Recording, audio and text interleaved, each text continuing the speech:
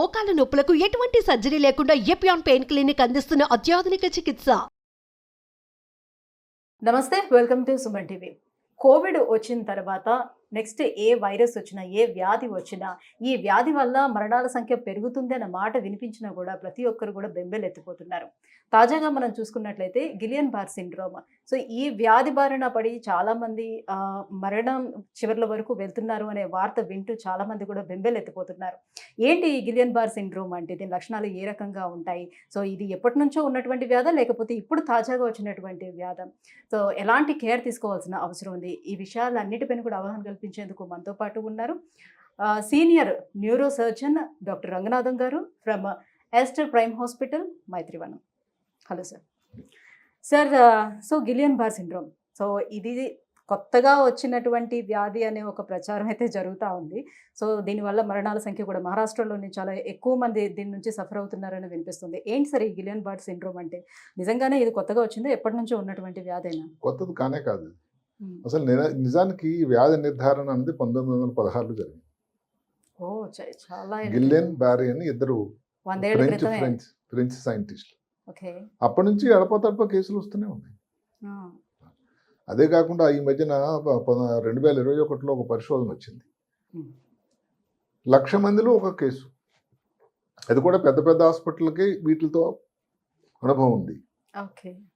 ఈ పూణేలో ఒకేసారి ఒక దగ్గర 20 రోజుల్లోనే 166 కేసులు అయ్యేసరికి ప్రజల్లో ఆందోళన నెలకొంది. ఇప్పుడు నిజానికి ఇక్కడ సంపన్న దేశాలు, పేద దేశాలు కాదండి. ఈరోజు ఒక సమాచారం ప్రకారం బ్రిటన్ ఉంది, యునైటెడ్ కింగ్డమ్, సంవత్సరానికి 1,500 కేసులు వస్తాయట ప్రతి సంవత్సరం. ఓకే. అదే కాకుండా నేను చెప్పినటువంటి 2021 పరిశోధనలో ఎక్కడెక్కడ కేసులు ఎక్కువ ఉన్నాయి, ఎక్కడెక్కడ ఏ దేశాలు తక్కువ ఉన్నాయని చూస్తే విచిత్రంగా అనిపిస్తుంది.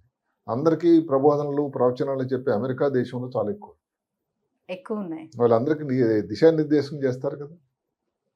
ఆ తర్వాత సింగపూర్, జపాన్. తక్కువ కేసులు వచ్చే దేశాలు చూసుకున్నట్టయితే చైనా, తైవాన్, ఇలాంటి దేశాలు. అంటే ఇక్కడ పేద ధనిక వర్గానికి సంబంధం లేదు.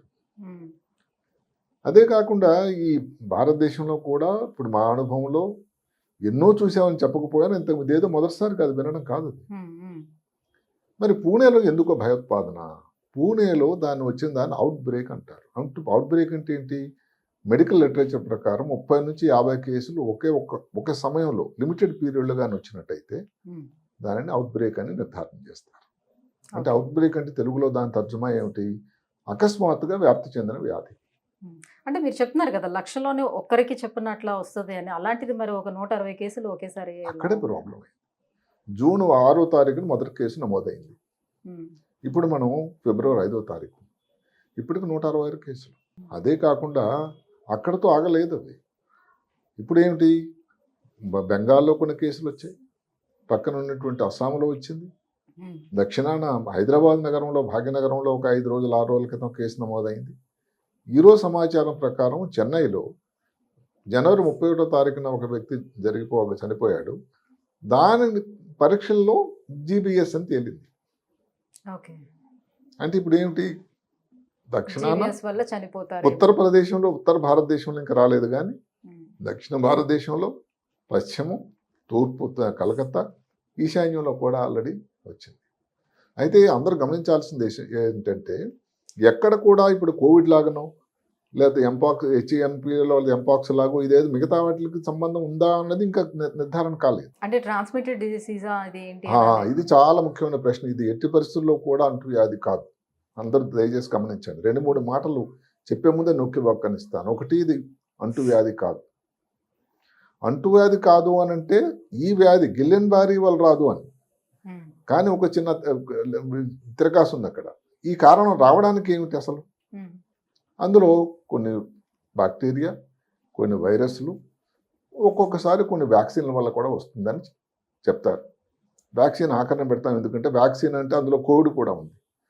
కోవిడ్ వ్యాక్సిన్ వల్ల గిలియన్ బారీ చాలా తక్కువ శాతం వచ్చింది. ఫస్ట్ బ్యాక్టీరియా చూస్తే కాంపైలోబాక్టర్ జెజునై. అదేమిటి? పొట్టలో నొప్పి వచ్చి తీసుకున్నటువంటి భోజనం కానీ నీరు కానీ కలుషితమై దానివల్ల వచ్చేటువంటి వ్యాధి. ఓ, ఇప్పుడు గ్యాస్ట్రోఎంటరిటిస్ అంటే ఏమిటి? పొట్ట నొప్పి వచ్చింది, నీల విరోచనాలు అయినాయి. ఐబిఎస్ ప్రాబ్లం అని అనుకుంటారు. ఓకే. దానివల్ల ఇప్పుడు గ్యాస్ట్రోఎంటరిటిస్ అన్నది మళ్ళీ అంటువ్యాధి లాంటిది. ఒక ప్రాంతంకి వస్తే ఇంకో ప్రాంతంకి వచ్చేది ఉంది. గిల్లెన్ బారీ కాదు. రెండింటికి తేడా గమనించాలి. ఓకే. ఇప్పుడు వైరస్కి వస్తే ఏదో 2-3 వైరస్ ఉన్నాయి. ఎప్స్టైన్ బార్ వైరస్ అని, లేకపోతే ఇలా కొన్ని జికా వైరస్ అని, ఇలాంటి వైరస్ల వల్ల కూడా రావచ్చు అంటారు. ఆహా. వైరస్ ఈసారి ఏదైతే మన పూణేలో వచ్చిన దాంట్లో నోరో వైరస్ అని ఒక వైరస్ వచ్చింది. అవును. నోరో పేరు ఎందుకు వచ్చిందంటే ఎక్కడో అమెరికాలో ఒక పట్టణం పేరట అది, నోర్వాక్ అని. దాని పేరును బట్టి అది పెట్టారు, నోర్వాక్ అని. మొత్తం మీద ఏమిటి, ఇక్కడ మెయిన్గా ఎక్కడైతే మన పూణేలో ఉన్న దాంట్లో క్యాంపైలోబాక్టర్ జెజునై వల్ల వచ్చింది అని అందరూ చెప్తున్నారు. ఎందుకంటే అక్కడ చిన్న ప్రాబ్లం జరిగింది. ఏదైతే పూణే అన్నది పట్టణ ప్రాంతం, ఒక కార్పొరేషన్. ఈ మధ్య కాలంలో చుట్టుపక్కల కొన్ని గ్రామాలు దాంట్లో కలిపేశారు. ఓకే. సేమ్ హైదరాబాద్ నగరంలో జిహెచ్ఎంసీని విస్తరిస్తూ ఉన్నారు కదా. ఇబ్బంది అక్కడ ఏమి జరిగిందంటే, పూణేకి అయితే మంచిగా వాటర్ సప్లై ఉంది, protected water supply, chlorinated water supply. ఈ గ్రామాల్లో ఇంకా లేదు. గ్రామాల్లో వాటర్ ఏంటి, పాతకాలంలో ఉండే బోర్వెల్స్, ఓపెన్ వెల్స్. ఓపెన్ వెల్స్లో సరిగ్గా క్లోరినేషన్ లేకుండా ఆ వాటర్ని చేస్తున్నారు. ఓకే. ఇంకా కొంతమందికి ఏమిటి, ప్రైవేట్ ట్యాంకర్స్ నుంచి వాటర్ సప్లై చేయి. ఆ ప్రైవేట్ ట్యాంకర్స్ ఎక్కడి నుంచి తీసుకొస్తున్నారో వాటర్, దానిలో అసలు క్లోరినేషన్ అయిందా లేదా, ఇది దేవుడే ఎరుక. ఓకే. అంటే ఈ వాటర్ నుంచి వచ్చే బ్యాక్టీరియా వల్ల ఇది వస్తుందని ఇప్పుడు వచ్చిందని ఇప్పుడు 100% నిర్ధారణ అయింది అక్కడ. అయితే ఇక్కడ ఒక చిన్న మాట కూడా ఉంది. ఏమిటంటే, ఇప్పుడు నిమ్హాన్స్ వాళ్ళు బెంగళూరులో ఒక సంస్థ ఉంది, చాలా పేరెన్న సంస్థ. నిమ్హాన్స్ అంటే national institute of mental health and neuro sciences. Okay. అక్కడ ఈ శాంపుల్స్ ఇవన్నీ పంపిస్తే వాళ్ళు చెప్పింది ఏంటంటే 76% ఏదో ఒక ఇన్ఫెక్షన్ ముందు వచ్చిందే. వైరస్ వ్యాధి కానీ, ఎక్కువగా కాంపైలోబాక్టర్ కానీ. ఈవెన్ కలకటాలో కూడా ఈ కాంపైలోబాక్టర్ జెజునై అయిన వాటర్ ద్వారా వచ్చిందనే వాళ్ళు ఆల్మోస్ట్ నిర్ధారణ చేశారు. ఓకే. మనకి ఇంకా అస్సాం గురించి తెలియదు, హైదరాబాద్ గురించి కూడా మనకి ఇంకా తెలియదు ఎందువల్ల వచ్చిందని. హైదరాబాద్లో వచ్చింది ఒక కేసు, అదృష్టవశాత్తు. రెండోది ఏమిటి, 36% కాంపైలోబాక్టర్ జెజునై అయితే మిగతా 65%లో కాంపైలోబాక్టర్ జెజునై కాకుండా ఇంకేదైనా వైరస్ కానీ, ఈకోలై అని ఇంకొక బ్యాక్టీరియా కానీ, వేటి వలన కూడా జరగవచ్చు. Any bacteria are virus any అని కాదు, ఈ 2 బ్యాక్టీరియాలకే. అందువల్ల ఇప్పుడు దీనికోసం వాళ్ళు నిర్ధారణ అయిపోయింది. శాంపుల్స్ అన్ని ఐసీఎంఆర్ వాళ్ళు, అదే కాకుండా ఎన్ఐవి అని పూణేలోనే ఉంది, నేషనల్ ఇన్స్టిట్యూట్ ఆఫ్ వైరాలజీ. మనం కోవిడ్ టైంలో దాని పేరు విన్నాం చాలాసార్లు. వాళ్ళు నిర్ధారణ చేసి దాంట్లో శాంపుల్స్ అన్ని కలెక్ట్ చేశారు. ఈ ట్యాంకర్స్ వచ్చిన శాంపుల్స్ హోటల్స్కి వెళ్ళారు, రెస్టారెంట్స్కి వెళ్ళారు, వాళ్ళ ఇంటికి వెళ్ళి వాళ్ళు తీస్తున్న వాటర్ పరిశీలించారు. దాంట్లో క్లియర్గా.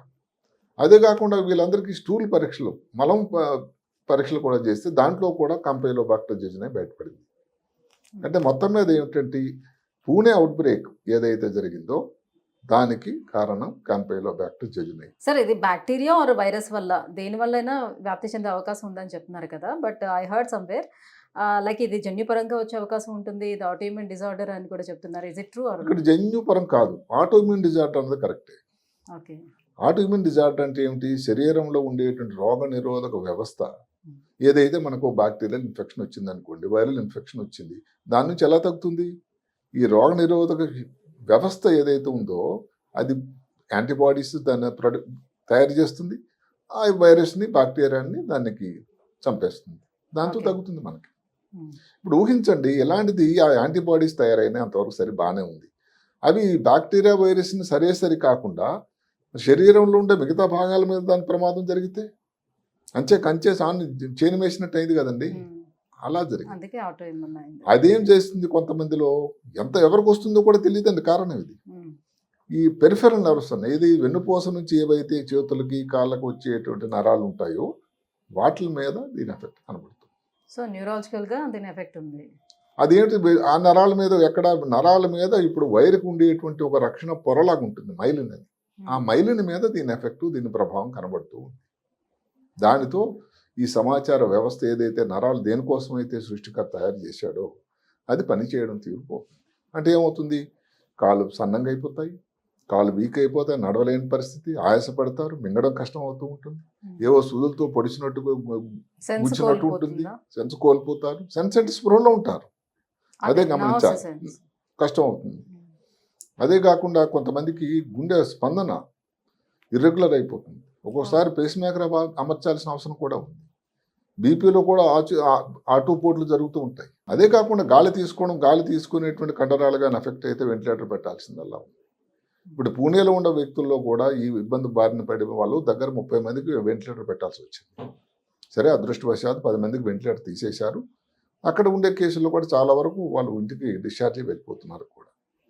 అయితే ఇక్కడ 2 మాటలు మనం చెప్పుకోవాల్సింది ఏమిటంటే, అందరూ కూడా భయపడకుండా గమనించాల్సింది ఏమిటంటే, ఇది మరీ ప్రమాదమైన వ్యాధి కాదు.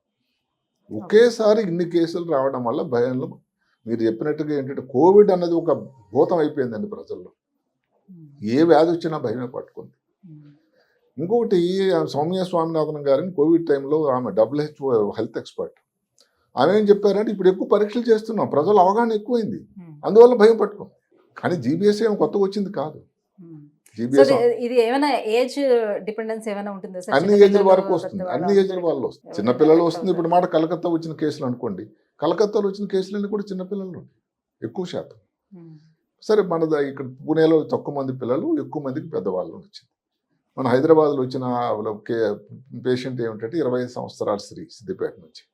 సరే, కార్పొరేట్ హాస్పిటల్ అడ్మిట్ అయ్యారు, వెంటిలేటర్ మీద ఉన్నారు. ఎందుకంటే అక్కడికి వచ్చేసరికి ఆమె పరిస్థితి కొంచెం విషమంగా ఉండడం వల్ల వెంటిలేటర్ అమర్చాల్సి వచ్చింది.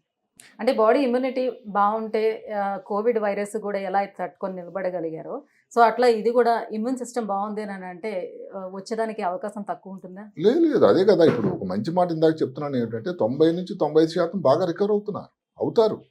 శాస్త్రం అదే చెప్తుంది. ఒక 5 నుంచి 10% ప్రమాదం. అదే కాకుండా ప్రపంచం అంతటా కూడా 4.5 నుంచి 5% వరకు మరణాలు అయితే ఉన్నాయి. జీబీఎస్ వల్ల కానే కాకుండా దానివల్ల వచ్చిన కాంప్లికేషన్స్. ఇప్పుడు వెంటిలేటర్ మీద ఉన్నారు, నడవలేకపోతున్నారు. దానివల్ల ఏమవుతుంది, ఛాతీలో ఇన్ఫెక్షన్ కానీ, యూరిన్లో ఇన్ఫెక్షన్ కానీ, అసలు గాలి తీసుకోవడం ఎన్నాలో దాని తాలూకా సరిపోయిన కండరాలు, గాలి తీసుకునే కండరాలు పనిచేయకపోవడం వల్ల ఎన్నాళ్ళు వెంటిలేటర్ మీద ఉంటారు. దానివల్ల లంగ్స్లో డ్యామేజ్ అవ్వడం, ఇలాంటి ఇబ్బందులు ఉన్నాయి. ఇంకొక మాట అందరూ గమనించాల్సింది ఏమిటంటే, ఇప్పుడు వైరస్ మనం చెప్పుకున్నాం, నోరో వైరస్ అని, లేదా జికా వైరస్, ఇంకేదన్నా.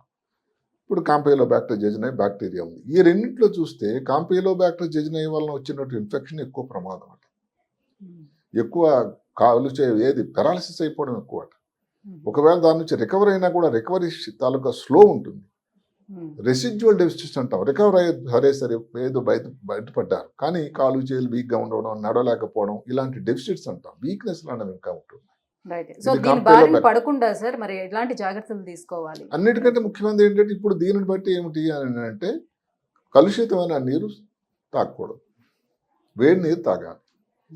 ఇప్పుడు అక్కడ ఉండేటువంటి హెల్త్ అథారిటీ వారు, వాళ్ళ ప్రభుత్వం వారు కూడా ఏమిటంటే డబుల్ క్లోరినేషన్ చేసినటువంటి వాటర్ ఇవ్వాలి. భోజనం చేసేది వేడిగా ఉండేటువంటి శుచి అయినటువంటి భోజనం. బయట ఉండే ఎక్కడైనా బండి మీద తీసుకునేది జంక్ ఫుడ్ లాంటిది ఏది తీసుకోకూడదు.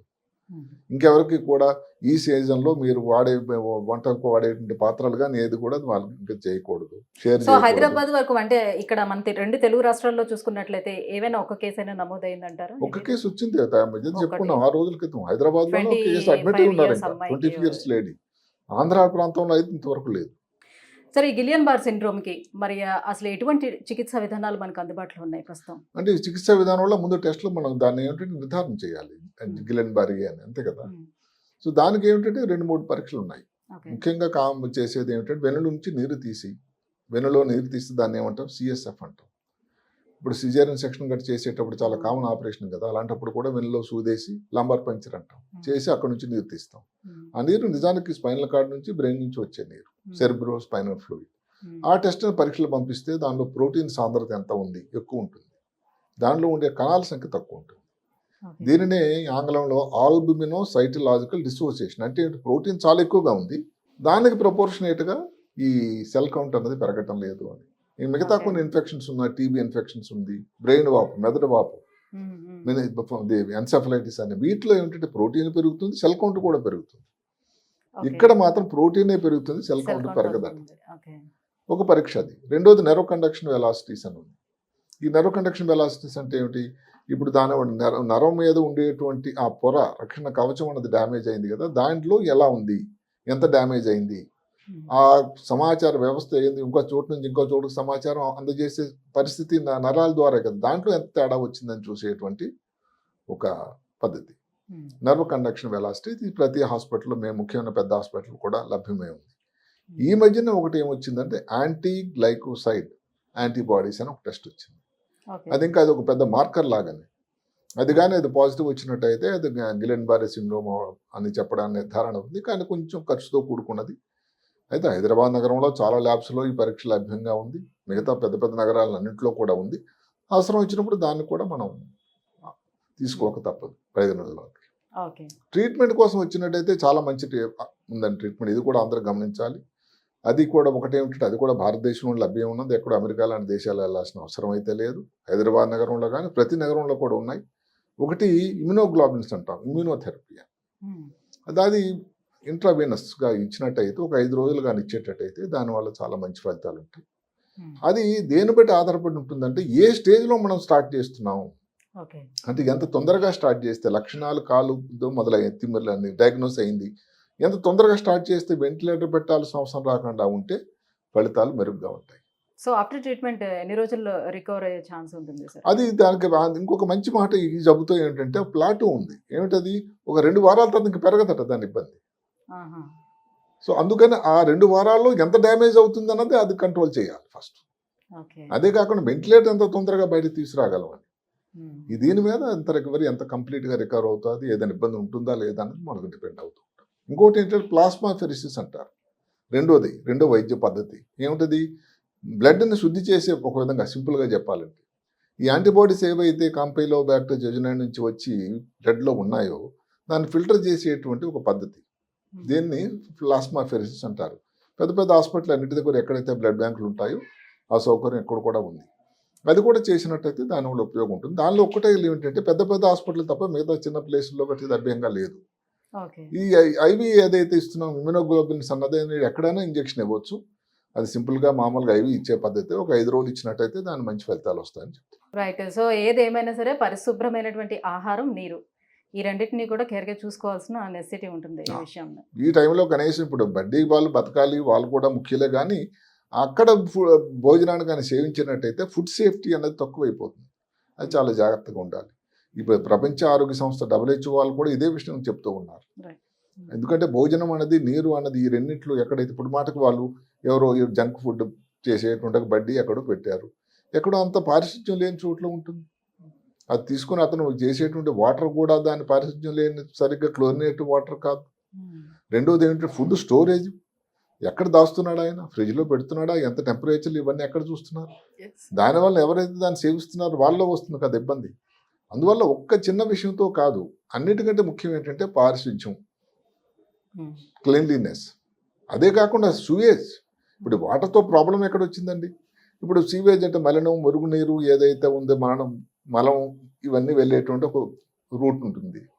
ఆ పక్కనే కానీ ఈ వాటర్ లైన్ ఉంటే పక్క నుంచి క్రాస్ కంటామినేషన్ అంటారు. అలాగే సెప్టిక్ ట్యాంక్ ఉంది, వాటర్ ట్యాంక్ ఉంది. దీని రెండింటికి 10 అడుగుల దూరం ఉండాలట.